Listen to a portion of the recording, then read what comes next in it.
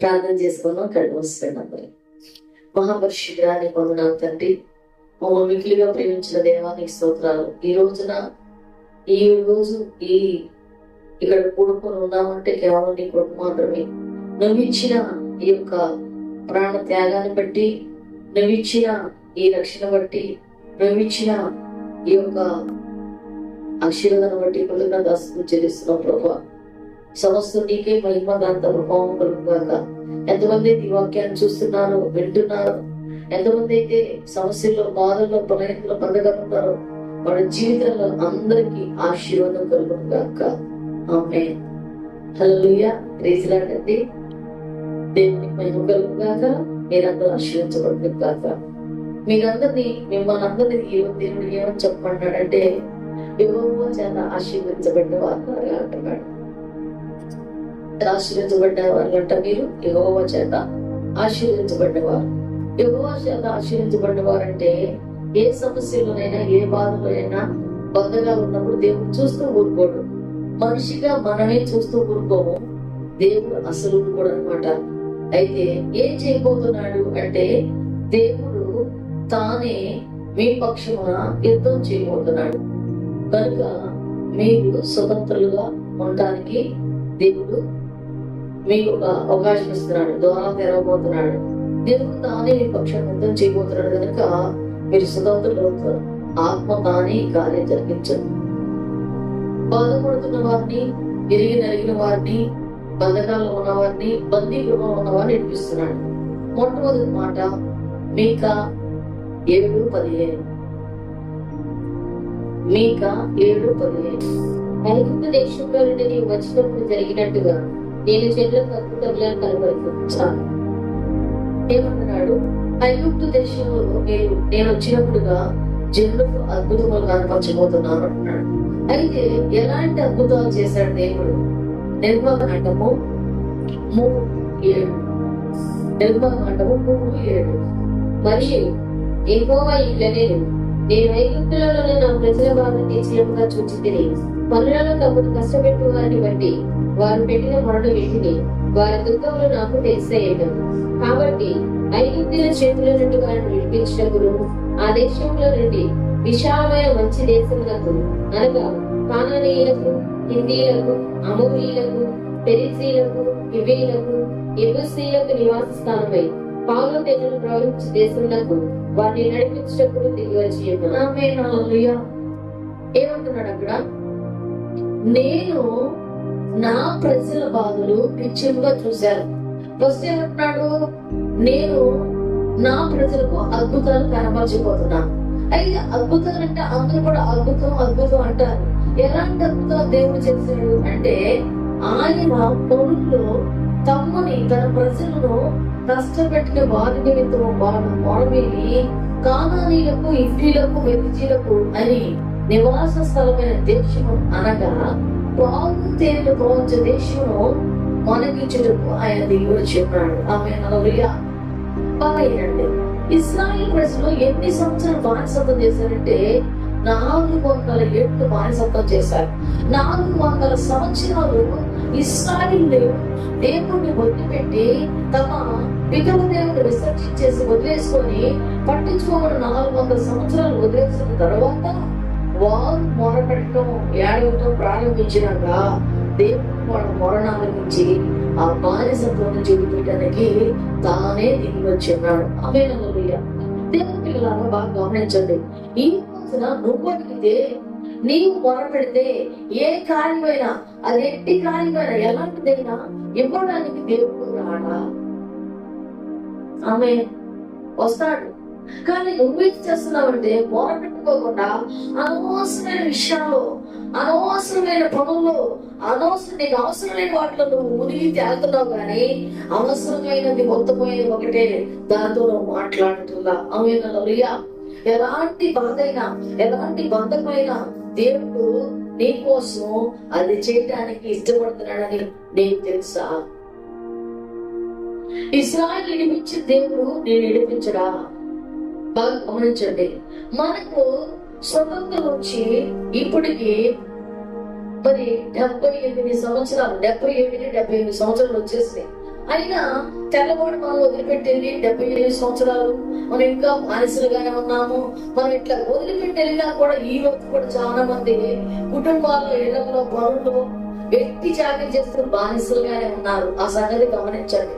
దేవుడు 2024 సంవత్సరాల క్రితం భూమి మీదకి వచ్చి మనకు రక్షణ ఇచ్చి ఆయన 2.5 సంవత్సరాలు ఈ లోకంలో జన్మించి పుట్టి మనకు ఆయన రక్షణ ఇచ్చేవి 33 సంవత్సరాలు. ఆయన 32 సంవత్సరాలు భూమి మీద బ్రతికి మనకు రక్షించి స్వరంతో పోసి మనకి ఇచ్చి వెళ్ళినప్పుడు కూడా వింటున్నావా?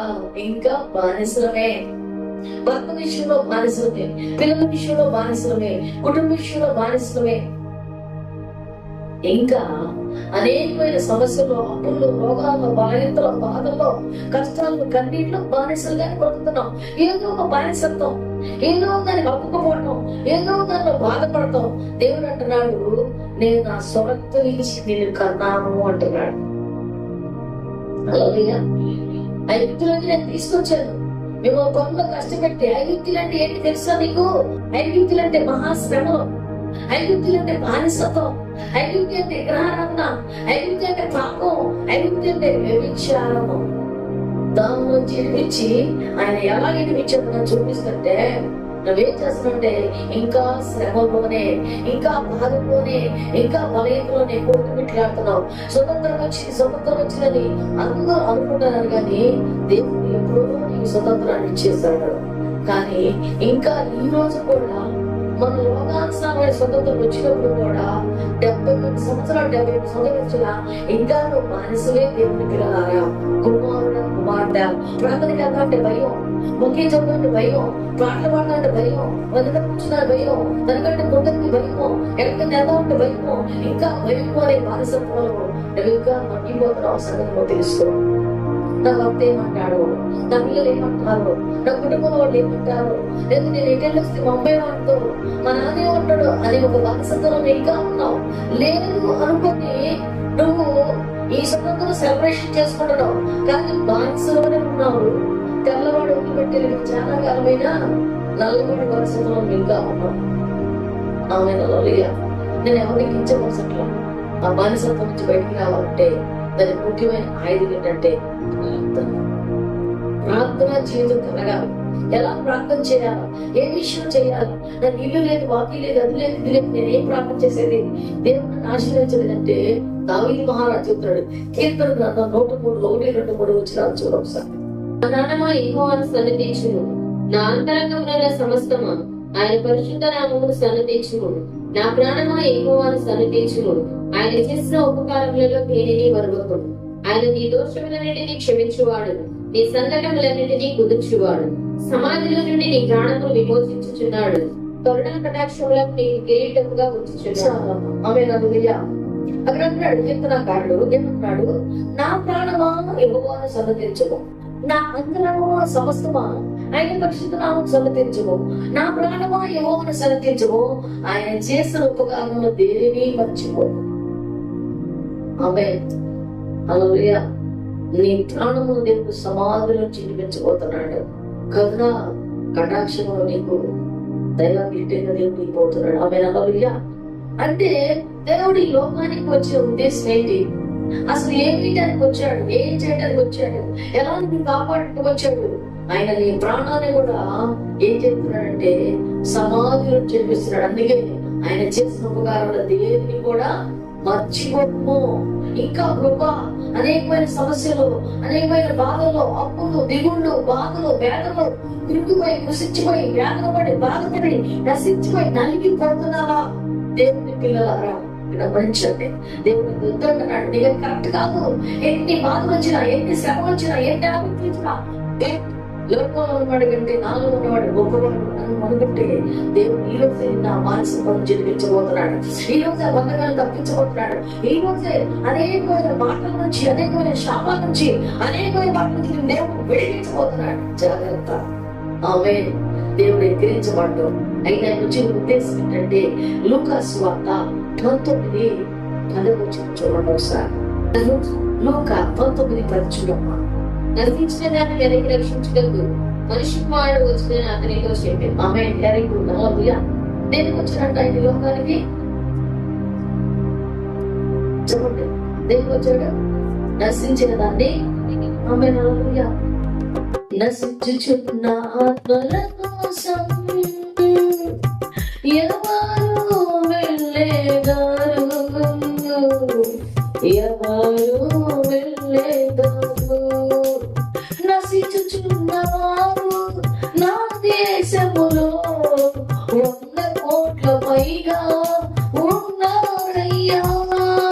వారిని విడిపించవా, నా దేశాన్ని రక్షింపవా. ఎందువల్ల మన దేశంలో ఇప్పుడు కూడా 100 కోట్ల పైగా మన దేశంలో ఉన్న నశించుచున్నవారు. ఆయన అంటున్నాడు, నశించిన దాన్ని ఎంతగా రక్షించడానికి మనిషి కుమారుడు వచ్చినని అతనితో చెప్పారు. ఆయన వచ్చిన సంకల్పం ఏంటి? ఆయన వచ్చిన ఉద్దేశం ఏంటి? ఆయన అనుకున్న పనితీరు ఏంటి? ఆయన ఏ ఉద్దేశం కలిగి వచ్చాడంటే నిన్ను నన్ను రక్షించడానికి, నశించుకోకుండా ఉండటానికి. హ్యాపీయేనా? సంతోషంగా ఉన్నావా? ఈ మాట తెలుసుకొని ఇంకా ఏడుస్తున్నావా? ప్రభువా ప్రభువా అని. ఆమేన్. హల్లెలూయా. హల్లెలూయా. నశించిన నా దేశంలో ఎంత ఉన్నారు? 100 కోట్ల పైగా ఉన్నారయ్యా. వారిని రక్షింపవా, నా దేశాన్ని కాపాడవా. హల్లెలూయా. ఆయన అన్నాడు, నశించిన దాన్ని ఎందుకు రక్షించడానికి మనిషి కుమారుడు వచ్చినని చెప్పాడు. ఆమేన్. హల్లెలూయా. మరి ఇప్పుడు మీ పక్షాన్ని నిర్ణయం చేస్తున్నాను. జన్మగణాలు చెప్పినట్టుగా మీ పక్షంలో యుద్ధం చేయబోతున్నాడు. కనుక నువ్వు ఊరికనే నిలిచుండి చూడము. ఇప్పుడు చూసిన ఐగుప్తులు నేను వేరే అన్నాడు, చూడము. ఐగుప్తులు అంటే చెప్పారు మహాశ్రమం, ఐగుప్తులు అంటే పాపము, ఐగుప్తులు అంటే ఎగరానందం, ఐగుప్తులు అంటే బానిసత్వం. దేవుడు మీ పక్షాన్ని యుద్ధం చేస్తున్నాడు కనుక అది ఎప్పుడు నువ్వు చూడమని చెప్తున్నాడు. సంతోషంగా గట్టిగా హల్లెలూయా. ఆమేన్. హల్లెలూయా. సంతోషంగా లేవా? ఇంకా బాధల్లో బానిసత్వం ఉండాలనుకున్నావా? అమ్మో నీకు కూర్చొని ఎడుతాం అనుకున్నావా? ఇంకా నా బ్రతికి అయిపోయిందిలే, వాళ్ళతో వీళ్ళతో అతతో మామతో మాటలు పట్టునే, లేకపోతే ఐరోతో బంధువులతో మాటలు పట్టునే, నా జీవితం ఇంతే, నా బతికింటే ఎలాంటి అనుకుంటున్నావా? దేవుని పిల్లలారా, నువ్వు అలా ఉండడం దేవునికి ఇష్టం లేదు. నువ్వు దర్శించడం ఇష్టం లేదు. నువ్వు చచ్చిపోవడం ఇష్టం లేదు.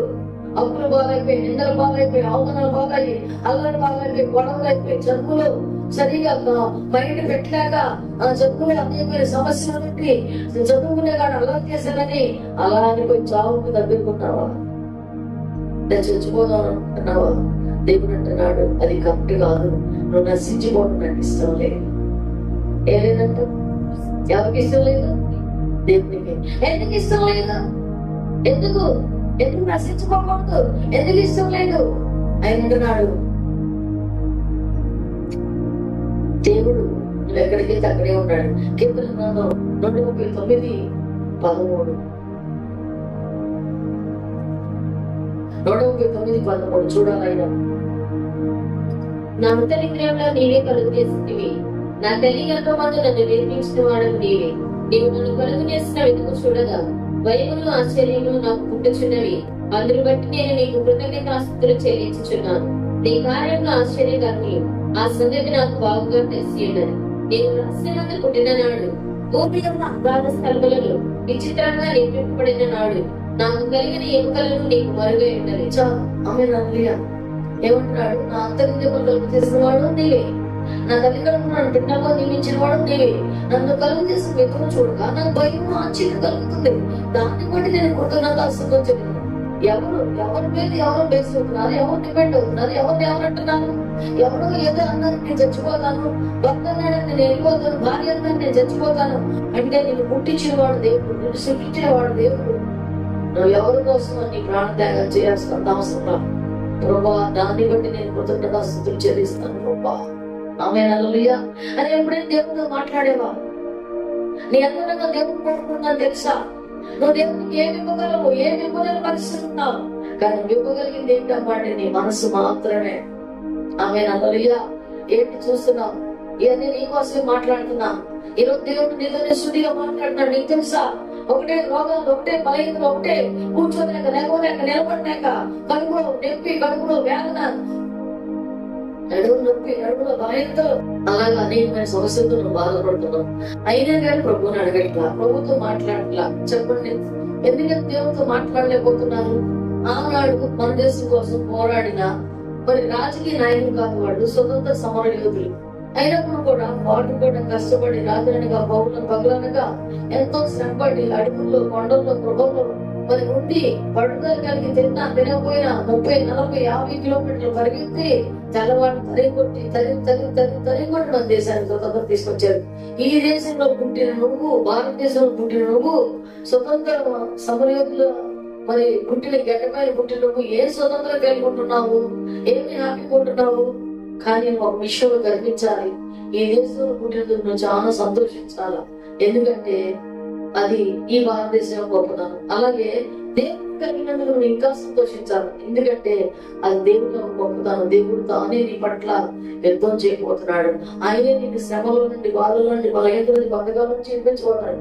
ప్రతిదానికి బానిసత్వం, ప్రతిదానికి లోపడటం, ప్రతిదానికి కురికిపోవటం, ప్రతిదానికి నష్టపోవటం అలా చేస్తున్నావు. కానీ ఒక్క విషయంలో కూడా ఒక్కసారి కూడా దేవుడిని అడగలేకపోతున్నావు, దేవుడితో నువ్వు మాట్లాడలేకపోతున్నావు.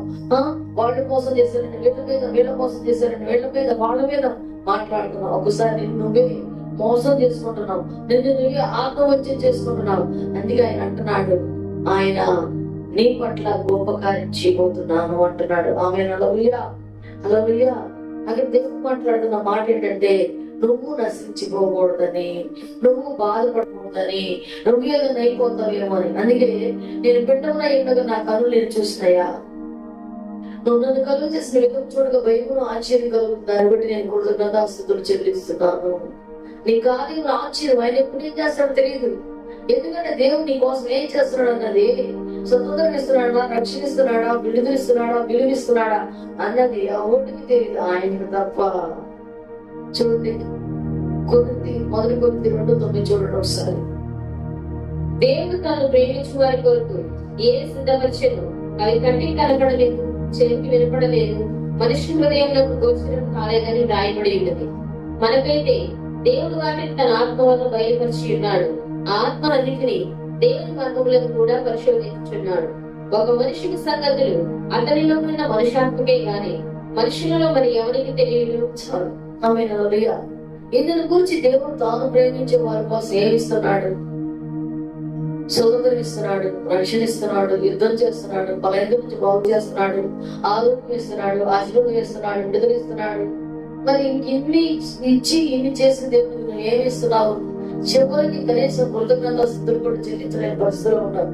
అక్కడ అన్నాడు, ఇందుని గురించి దేవుడు తాను ప్రేమించే వారి కోసం ఏమి ఇస్తున్నాడో అవి గట్టి కనపడలేదు, చెవులు కనపడలేదు, మనిషి హృదయానికి కూర్చోలేదు. ఎప్పుడు ఏ కార్యం తలపెట్టి ఎలా చేస్తున్నాడో నీకు తెలుసా? నువ్వు ఎలాంటి పరిస్థితుల్లో అన్నింటిలో ఇరుక్కుపోతున్నావు నీకు తెలుసా? లేకపోతే ఎలాంటి పరిస్థితుల్లో నష్టపోతున్నావు తెలుసా? ఎలాంటి విషయంలో మాట్లాడి దెబ్బతిన్నావు తెలుసా? ఎలాంటి వారి దగ్గరికి వెళ్ళి మాటలు పడుతున్నావు తెలుసా? ఎలాంటి వారి దగ్గర నువ్వు నలిగిపోతున్నావు నీకు తెలుసా? అలాగే ఒక నోటి మాటతో మాటని ఇరుక్కుపోతాం, లేదా పని చేసి ఇరుక్కుపోతాం, లేదా మాట తెచ్చుకొని ఇరుక్కుపోతాం, లేదా తినక రోగాలు పాలవుతాం, చేసి అప్పులు పాలవుతాం, పడి బాధలు పాలవుతాం, నిందలు పాలవుతాం, అన్యాయం పాలవుతాం, నష్టపోతాం. దేవుడు ఒక మనిషిలోని సంగతులు ఆ మనిషిలో ఉన్న మనిషాత్మే కానీ మనిషిలో మరి ఎవరికి తెలియదు? ఎవరికి తెలియదు కదా. మరి ఎవరు తెలుసు? దేవునికి తెలుసు.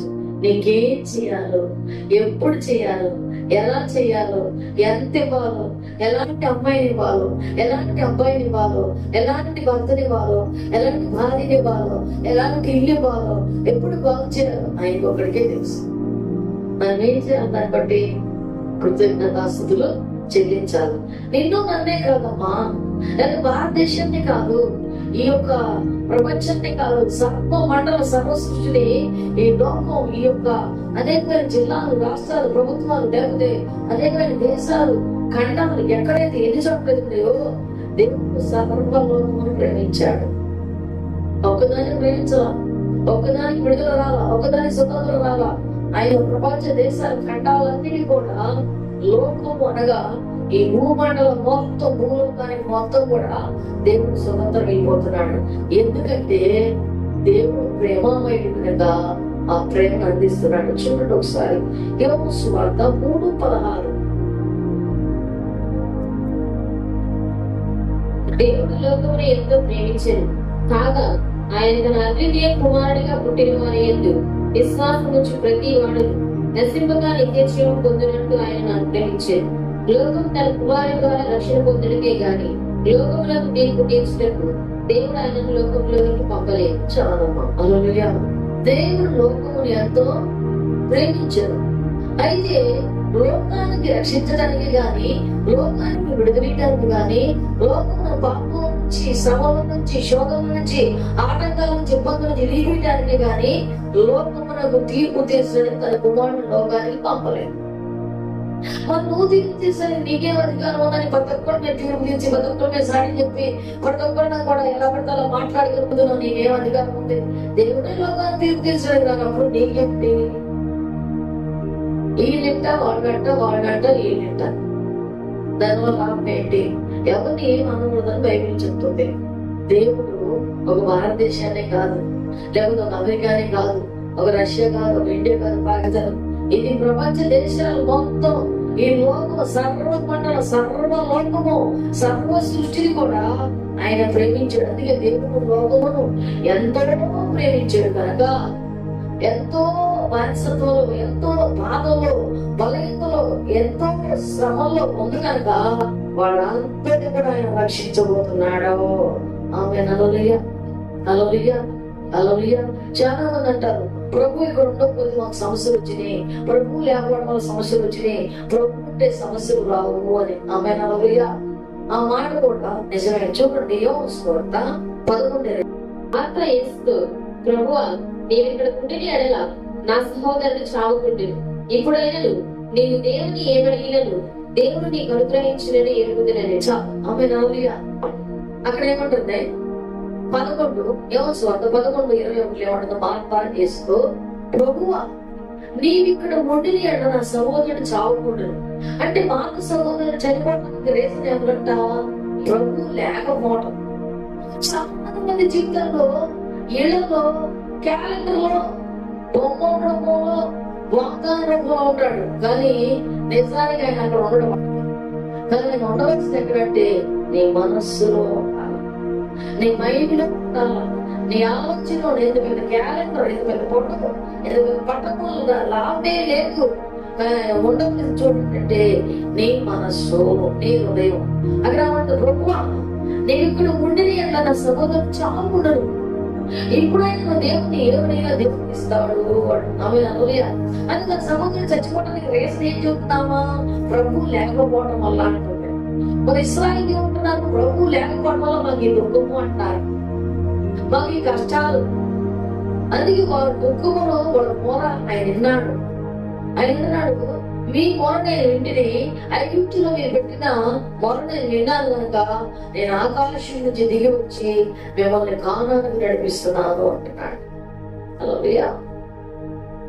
అని దాని అర్థం ఏంటి? నువ్వు పెట్టు, మొర పెట్టుకో, నాకు నేను ఉత్తరం ఇస్తాను అంటున్నాడు.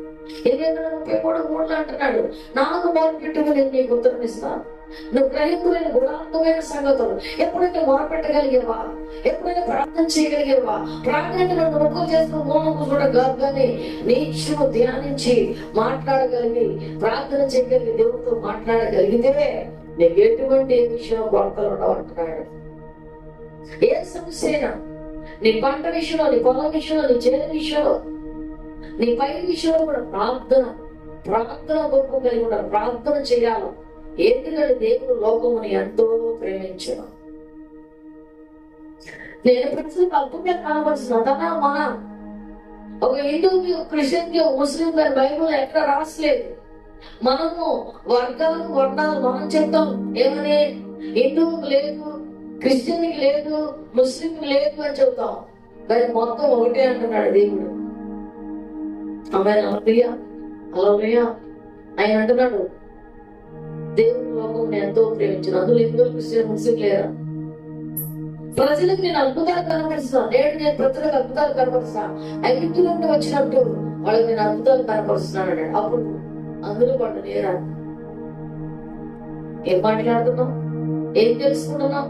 ఏం అర్థమవుతుంది నీకు? ఈ రోజు సమయంలో చెప్తున్నాడు, నేను నీతో మాట్లాడుతున్నాను సూటిగా, నువ్వు నాకు మొరపెట్టుకో, నీకు సమస్య కలిగజేసేవాడను నేనే అంటున్నాడు. అందుకే దేవుడు లోకమును ఎంతో ప్రేమించాడు. ఆమె హల్లెలూయా. ఎంతో ప్రేమించు. అంతేకాకుండా ఆయన ఏమన్నాడంటే, ఇంకో మాట ఏమన్నాడంటే, నా ప్రాణమా యెహోవాను సన్నతించుకో, నా అంతరంగ సమస్తమైన పరిశుద్ధ నామం సన్నతించుకో. ఆయన చేసిన ఉపకారంలో దేనిని మర్చిపోవద్దు. ఏం మర్చిపోకూడదు? ఆయన చేసిన ఉపకారంలో దేన్ని మర్చిపోదు. నీ ప్రాణాన్ని సమాధిలో జీవించేవాడు ఆయనే. ఆమె హల్లెలూయా. హల్లెలూయా. అంతేకాకుండా నీ పక్షాన్ని యుద్ధం చేయబోతున్నాడు. నేను దేవుడు ఆశ్చర్యకరంగా ఉంచబోతున్నాడు. నువ్వు చేయవలసిన పని ఏంటంటే, నశించిపోకుండా రక్షించబడాలన్నది దేవుని సంకల్పం. ఆమె హల్లెలూయా. హల్లెలూయా. అంతేకాకుండా ఆయన అంటున్నాడు, తాను ప్రేమించే వారి కోసము ఏమి సిద్ధపరిచాడు అన్నది కంటి కనబడ్డ, చెవులు కనబడ్డ, మనుషులు గారి గోచరం కాల. మనకైతే దేవుడు అన్నిటిని కూడా సమకూర్చి సంపాదించుతున్నాడు. అంటే దేవుడు నీ జీవితంలో నీ గొప్ప అద్భుతమైన కార్యం చేస్తాడు. ఏదో వచ్చాను, ఉన్నానంటే ఉన్నాను, వెళ్ళానంటే వెళ్ళాను, ప్రార్థనలో కూర్చున్నానంటే కూర్చున్నాడు కదా అని నీ బ్రతుకు, నీ ఆలోచన, నీ తలంపులు అన్ని మారిపోవాలి. ఆయన పట్టుకుంటే, ఆయన ముట్టుకుంటే, ఆయన వస్తే, ఆయన నిర్వహింపుకి వస్తే నీ బ్రతుకంతా మారిపోవాలి. నీ ఆలోచనలు మారిపోవాలా, నీ తలంపులు మారిపోవాలా, నీ ఉద్దేశాలు మారిపోవాలా. నువ్వేమై ఉన్నావు అన్న దేవునికి తెలిసిందా? ఆమేన్. హల్లెలూయా. నిజంగా ఎంతమంది వింటున్నారు? ఎంతమంది నమ్ముతున్నారు?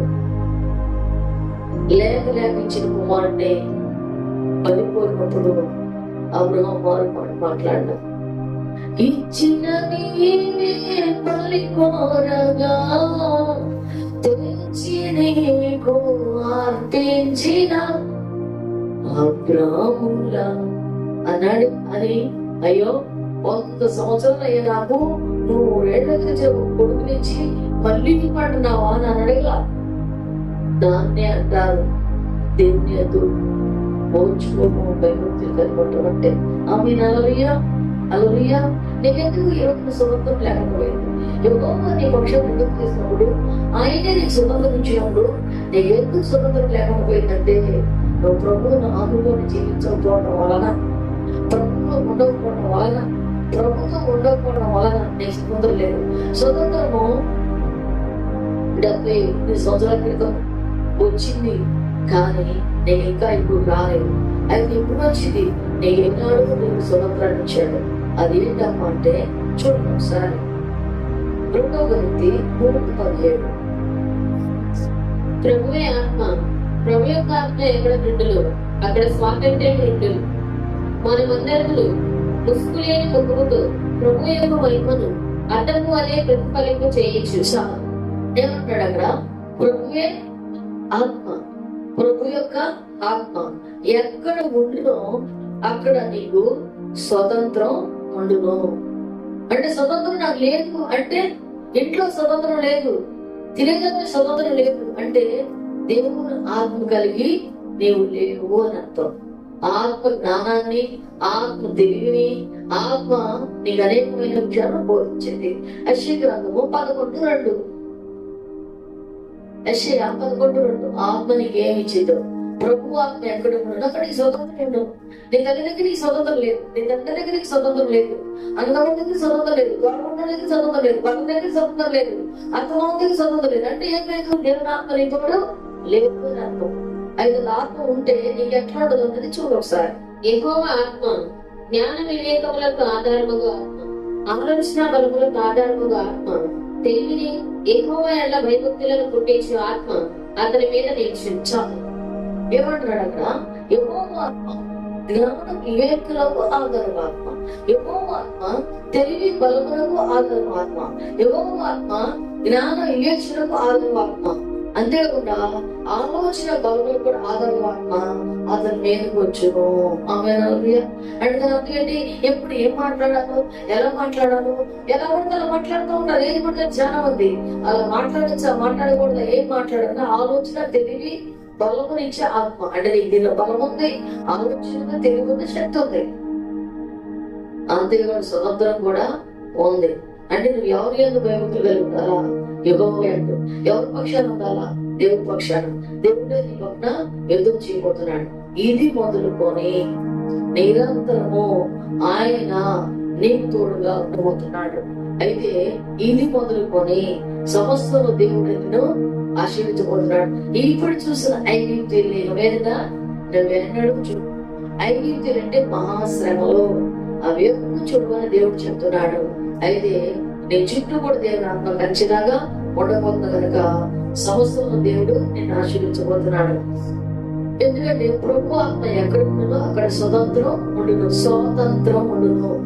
మనకి స్వాతంత్రం ఇంట్లో లేకుంటే దేవుని ఆత్మ మీ ఇంట్లో పనిచేయట్లేదు, మీ కుటుంబాల్లో పనిచేయట్లేదు, మీ సంఘాల్లో పనిచేయట్లేదు, దైవజనుల దగ్గర పనిచేయట్లేదు, విశ్వాసం దగ్గర పనిచేయట్లేదు, అగ్గజం దగ్గర పనిచేయట్లేదు. అది ఉంటే ఇది ఉంటుందని దాని అర్థం. ఎప్పుడైతే నువ్వు స్వతంత్రం కలిగి ఉంటావో, అమ్మ దగ్గర నీ స్వతంత్రం ఏమైనా ఇస్తుంటా అది ఉంటావు. లేకపోతే నా భర్త నేను ఏమైనా స్వతంత్రం ఇస్తాడు, కుటుంబాల స్వతంత్రం. ఆ స్వతంత్రం చాలా లేదు, ఈ స్వతంత్రం ఇంకా రాలేదు. ఈ స్వతంత్రం కోసం కూడా ప్రార్థన చేయండి, దేవుని అడగండి. ఆయన అంటాడు మొరపెట్టుకు నీకు ఉత్తరం ఇస్తానంటాడు.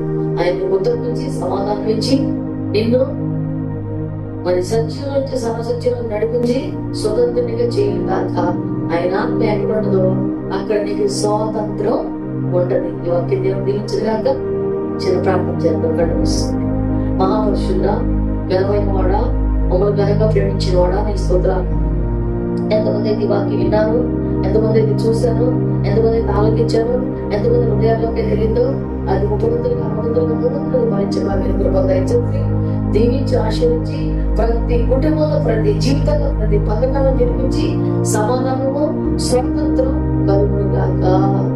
దేవుడే ఈ కార్యం జరిపించగాక. ఆమేన్. Praise lord. హల్లెలూయా.